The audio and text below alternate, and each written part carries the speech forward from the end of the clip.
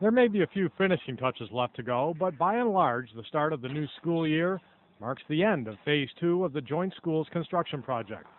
The general contractor is L.P. Simonelli.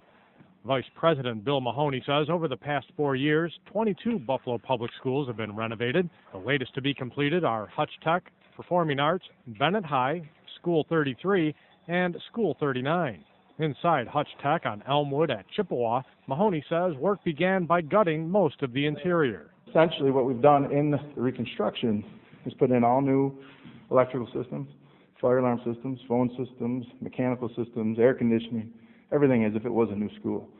Really the structure, the perimeter remains, and that's intentional, historic preservation. During the 2 years of remodeling, classes were moved to the shuttered Kensington High School. Back in his old school for the start of his 14th year as principal, David Greco says now he's only vaguely familiar with Hutch-Tech.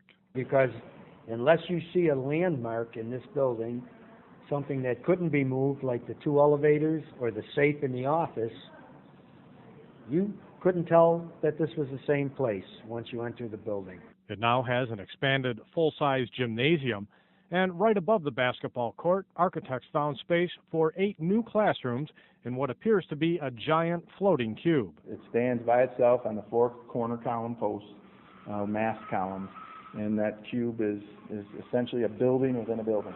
Simonelli's Bill Mahoney says bridges connect the classrooms to the upper floors. A great touch to Hutch-Tech. And when you look at it from outside, again back to the historic preservation of the facility, you wouldn't know it's here. But inside, the modern design reveals the building's steelwork and mechanical systems. Assistant Principal James Singletary explains. It's very hard to imagine something that you've never seen before. So now they can actually see the structure of a bridge inside of a building and understand how it holds the building together.